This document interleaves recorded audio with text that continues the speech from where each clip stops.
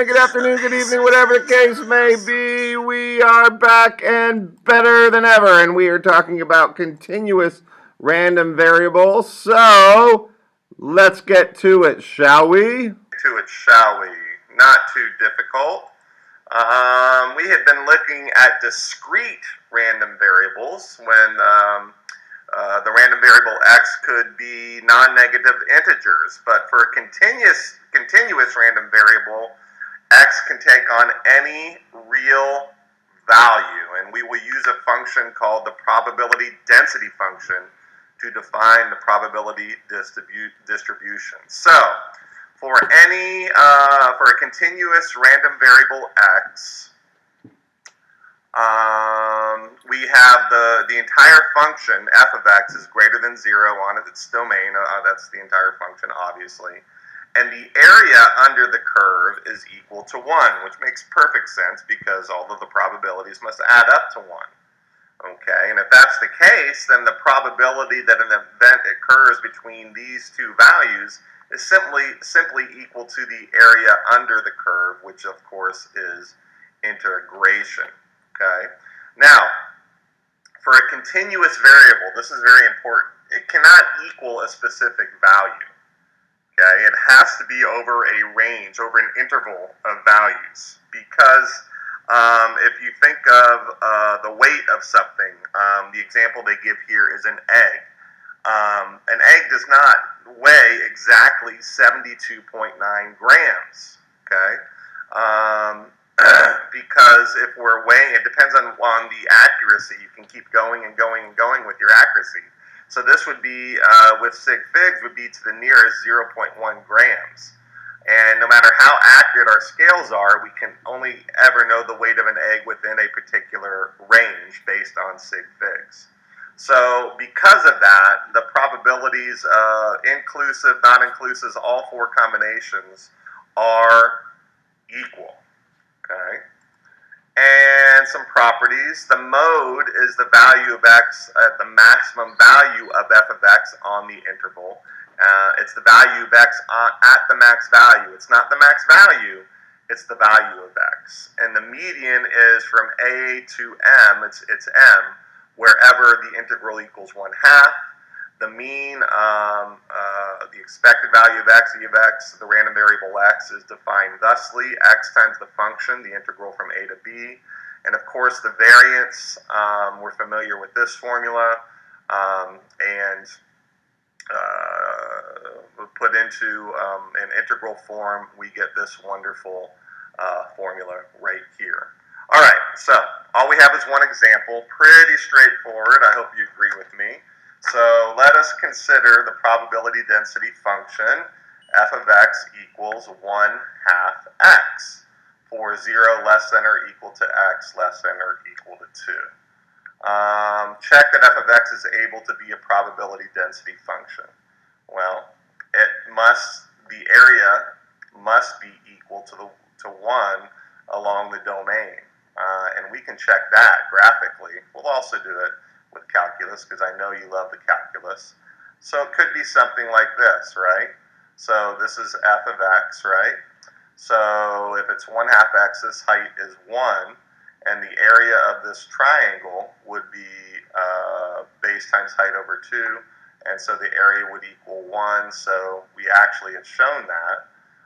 But what we could also do is take the integral from a to b, which is, in this case, is 0 to 2, of 1/2 x dx, which is equal to x squared over 4, evaluated from 0 to 2, which clearly 2 squared is 4 over 4 is 1, minus 0 is 1, is equal to 1.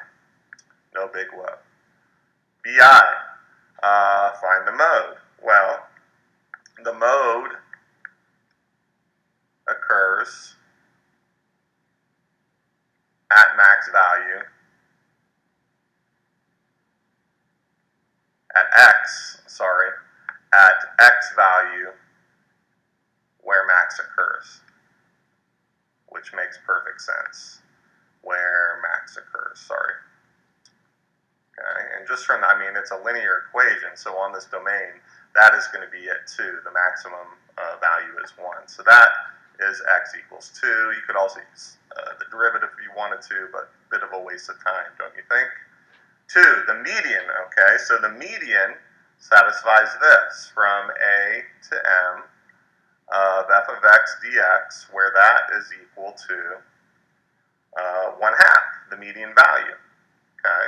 So this would be the integral from 0 to m of 1/2 x dx, and we need that to be equal to, dx, we need that to be equal to 1/2, and so again we get x squared over 4, evaluated from 0 to m, has to be equal to 1/2. So then m squared over 4 is equal to, 4 times 1/2 is 2, yep. So m squared is, okay. So then m squared equals, why did I put this? Equals 1/2. That's where I was getting confused. So then m squared equals 2, and m equals plus or minus root 2, but it's not within our domain. So our median is equal to the square root of 2. And then let's see, for part 3, let's see, what do we have to do? We have to find the mean. Okay, so mean is equal to the expected value of x, which is equal to the integral from a to b of f of x dx, which would be x, or integral from 0 to 2 of x times 1/2 x dx, which is equal to the integral from 0 to 2 of x squared over 2 dx, which would be equal to x cubed over 6, evaluated from 0 to 2.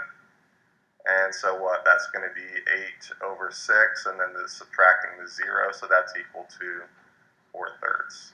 Okay, so our mean is 4/3. And then finally, C, find the variance of x and the standard deviation. Okay, well, the variance of x is equal to e of x squared minus e of the random variable x, the whole thing squared, which is equal to the integral from a to b of x squared f of x dx, that's this part right here, minus e of x, well that's the mean, minus mu squared. So this becomes the integral from 0 to 2.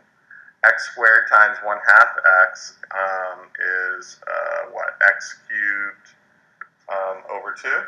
Yes, 1/2 x cubed. X cubed over 2 dx. And we're going to subtract 4/3 squared. Okay, so we don't want to get confused here.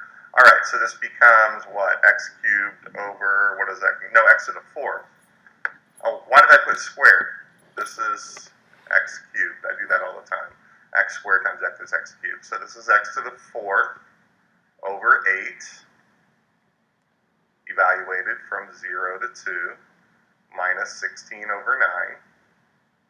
So this becomes what? 2 minus 16 over 9, which is equal to 2/9, I believe.